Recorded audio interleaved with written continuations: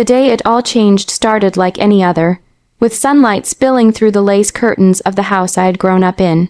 My daughter, Lily, was humming a little tune while building towers of blocks in the living room, and I was sipping coffee at the kitchen table, savoring the quiet morning. I never imagined that within a few hours, this house, the walls that held decades of laughter, arguments, and family memories, would feel like it belonged to strangers.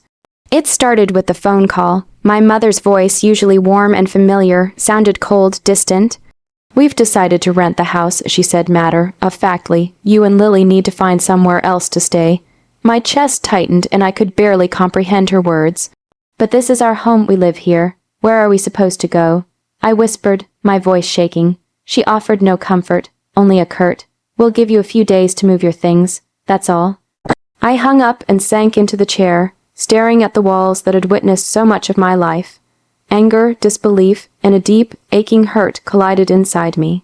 How could the people who were supposed to protect me betray me so completely? And more than anything, I worried about Lily. She didn't understand why her grandparents, the people she had always trusted, suddenly seemed so cold. Her small face, framed by golden curls, looked up at me, eyes wide. "Mommy, why are we going to leave?" she asked, her voice small, almost trembling. I knelt down, gathering her into my arms, and forced a calm I didn't feel. "We're going on a little adventure, sweetheart," I said softly. "Just the two of us, okay? We'll find a new place, I promise." Packing our belongings felt surreal. Each item I folded and tucked into boxes was a memory. My baby clothes, Lily's first drawings, the old quilt my grandmother had stitched for me when I was a child. I couldn't believe I was leaving it all behind, not because of necessity, but because my parents had chosen money over family. The shelter was a stark contrast to the home I had known. Cold fluorescent lights, cramped rooms, the murmur of other families struggling alongside us. It all felt suffocating. Lily clutched my hand as we walked down the long hallways, eyes darting from one stranger to another. I could feel her unease, and it mirrored my own. I had always thought of this place as a temporary stop, a pause in a life that had once been predictable. Now it was our world. At night, I lay on the thin mattress with Lily pressed against me, listening to her soft, uneven breathing. I tried to hide my tears, but the guilt gnawed at me. My daughter deserved stability, a safe home, a life without this kind of fear. And I had failed her, at least in the eyes of the world. I whispered apologies into the darkness, silently pleading for forgiveness from a child who didn't yet understand the depth of adult betrayal. The other families at the shelter became an unexpected source of solace. There was Mrs. Patel, who offered extra blankets and shared stories of resilience. The Johnson twins, mischievous and kind, made Lily laugh, and in those moments, I saw her smile pierce through the despair. Yet each laugh, each shared story, was tinged with a reminder this was not home, not really. And so, days blurred into nights, routines formed out of necessity, and the ache of betrayal settled into the marrow of my bones. I thought constantly about my parents, about the house they had rented, and about the message their actions had sent, that blood ties could be severed for convenience. The sting of their choice became a quiet fire inside me, a slow, burning anger that whispered I would not forget this. I would find a way to protect Lily, to reclaim what we had lost, and to ensure that the betrayal did not define us. Yet for now, all I could do was hold her close, breathe in her soft hair, and murmur reassurances I barely believed myself. The world had shifted beneath our feet, leaving us unmoored, and yet in the darkness of that cold shelter, a seed of resilience began to grow. For Lily's sake, I would find the strength to rise from the ashes of this fall. The first week in the shelter was a blur of strange faces, unfamiliar routines, and the relentless hum of uncertainty. Every sound seemed amplified, the distant cries of children, the shuffled footsteps of residents pacing in the hallways, the clatter of dishes from the communal kitchen. Lily clung to my side like a lifeline, her small hand buried in mine, as if holding on tightly could somehow tether us to the world we had lost. Days were a careful, balancing act. I spent mornings scouring local job postings, afternoons applying to every position that might help us scrape together enough money for a tiny apartment, and nights comforting a child who whispered her fears in the dark. "Mommy, will we ever go home again?" she asked one night, her voice trembling. I wanted to tell her yes, to make a promise I wasn't sure I could keep. Instead, I held her close, feeling the rise and fall of her chest against mine, and whispered, "We'll find our place, Lily, I promise." Work was grueling. I took a job cleaning offices in the early hours, often waking before dawn while the rest of the shelter slept. My hands ached from scrubbing floors, my back protested from lifting heavy equipment, but the thought of Lily kept me moving. Every time I returned to the shelter, I carried not just my exhaustion, but a desperate hope that I could shield her from the coldness of this temporary life. The shelter itself was a world of contradictions. There were moments of beauty amidst the despair, neighbors sharing stories, women swapping recipes, children laughing in the cramped courtyard. But these were fleeting. Privacy was a luxury we could no longer afford, and the constant presence of strangers reminded me daily of how unmoored our lives had become. Nights were the hardest. The thin walls carried every cough, every whispered argument, and I often lay awake listening, wondering if this uncertainty would ever end. Lily, despite everything, began to adapt in small ways. She made friends among the other children, trading crayons and stories, and occasionally brought home small treasures she found around the shelter: a smooth pebble, a colorful button, a leaf pressed between 2 pages of a discarded notebook. Each object became a symbol of her resilience, a reminder that even in hardship, she could find joy. Watching her, I felt a mixture of pride and sorrow, pride in her courage, sorrow that such a young soul had to endure so much. I struggled not just with our circumstances, but with my own emotions. Anger toward my parents simmered beneath the surface, mingling with grief and fear. How could they turn their backs on us so easily? How could they prioritize money over the well-being of their own family? Each thought of them stoked the fire of resentment in my chest, a fire I had to temper daily to remain a steady presence for Lily. Sometimes, late at night, I wandered the shelter corridors alone, trying to make sense of it all. I watched mothers rocking infants, fathers pacing nervously, and teenagers whispering secrets to one another. We were all linked by circumstance, bound together by necessity, yet each of us carried a private story of loss. I realized that resilience wasn't about grand gestures.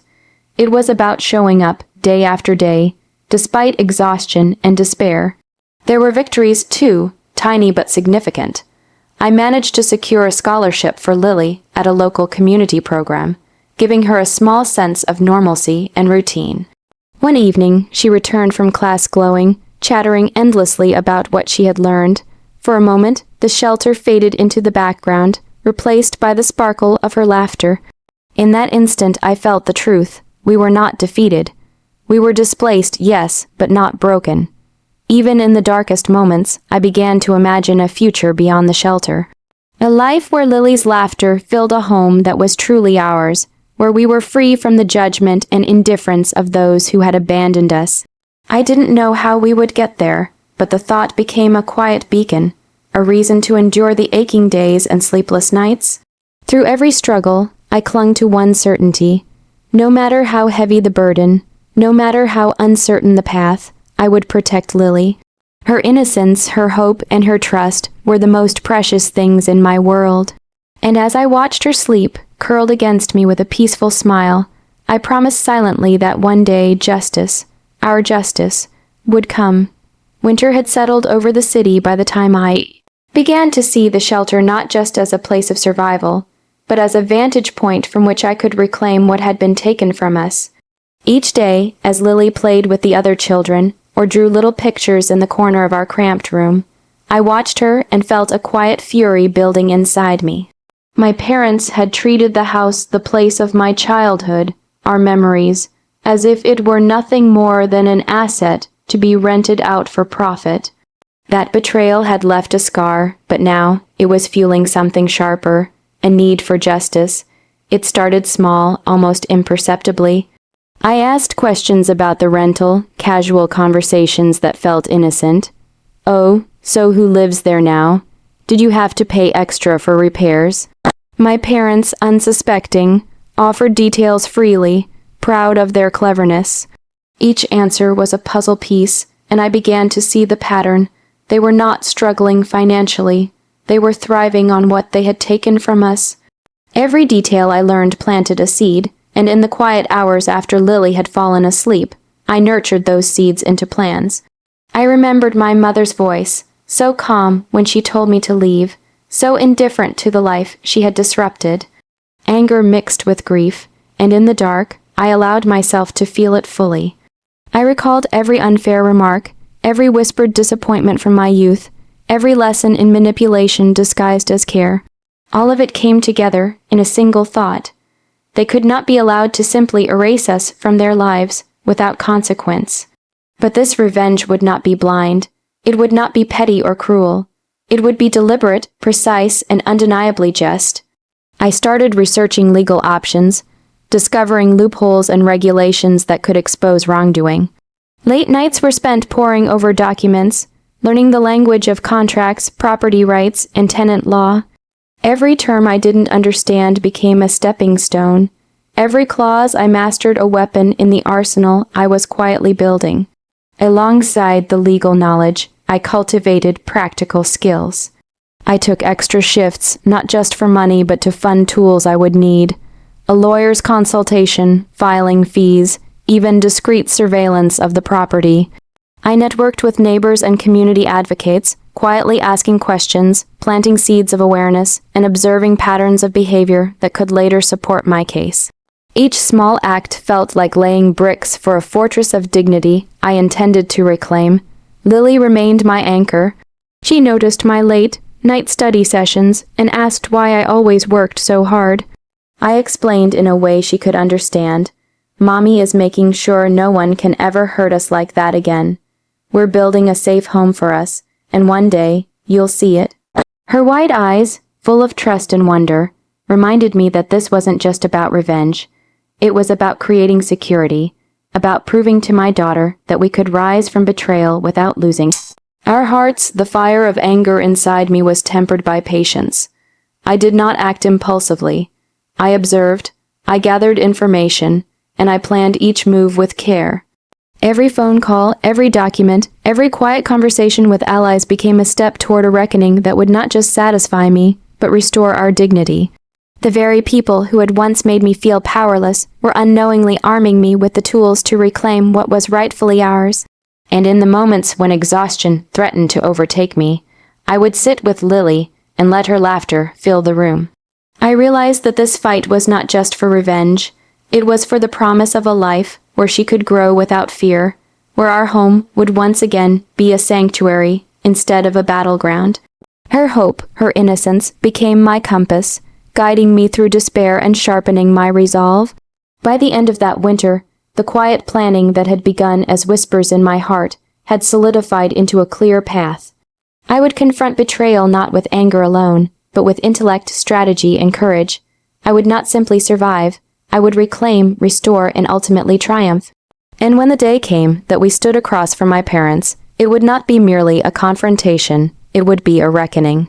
For now, we remained in the shelter, surrounded by uncertainty and the soft murmur of other families. But inside, a transformation had begun.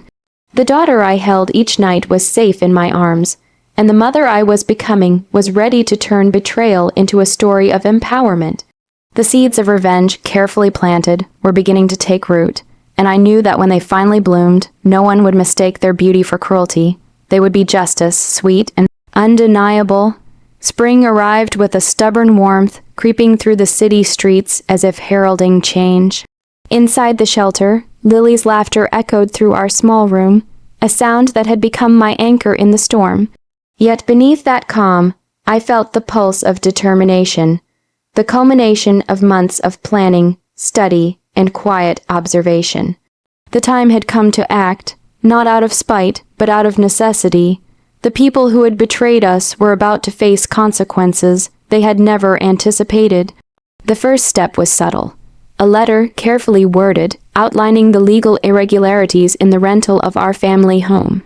I had spent weeks consulting with an attorney, reviewing contracts, and ensuring that every clause, every term, every implication was ironclad.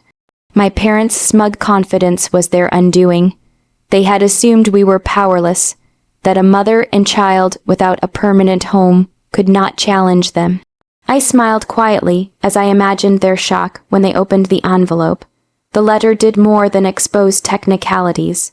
It framed the situation in moral terms. It reminded them of their obligations, the promises they had broken, and the lives disrupted by their choices. I did not ask for sympathy. I demanded accountability, and as I mailed the letter, I felt a strange mixture of fear and exhilaration. This was the moment our suffering became their reckoning. In the following days, my parents scrambled, calling lawyers, trying to negotiate, even offering empty apologies. I remained composed, a calm storm at the eye of their panic. I met their maneuvers with preparation, countering each argument with fact and precision. It was not cruelty that guided me, but strategy, patience, and the quiet knowledge that justice was finally within reach. Lily, of course, noticed my preoccupation. One afternoon, she tugged at my sleeve, her small face serious. "Mommy, are we really going to get our house back?" I knelt beside her, brushing a stray curl from her forehead. "We're not just getting a house back, sweetheart. We're getting our life back, and no one can take that from us again." Her eyes sparkled, and I saw not just hope, but pride. The pride of a daughter watching her mother reclaim strength from betrayal. The final confrontation was not dramatic in the way I had imagined in my darkest nights. There were no shouting matches, no shattered furniture, no humiliating revelations in public. Instead, it was quiet, precise, and devastatingly effective. The legal documentation, the community support, and the meticulous record of evidence left them no room to maneuver. They realized, too late, that they had underestimated the bond between a mother and her child, and the lengths to which love could fuel determination. The house was returned, not through anger, but through undeniable right. Walking through its doors for the first time since that fateful morning, I felt a rush of relief so deep it brought tears to my eyes. Lily ran ahead, touching the walls, peeking into rooms, and laughing as if the house itself had been waiting for her all along. I followed slowly, savoring each moment, letting the years of displacement and uncertainty wash away. Yet the true victory was more than bricks and mortar.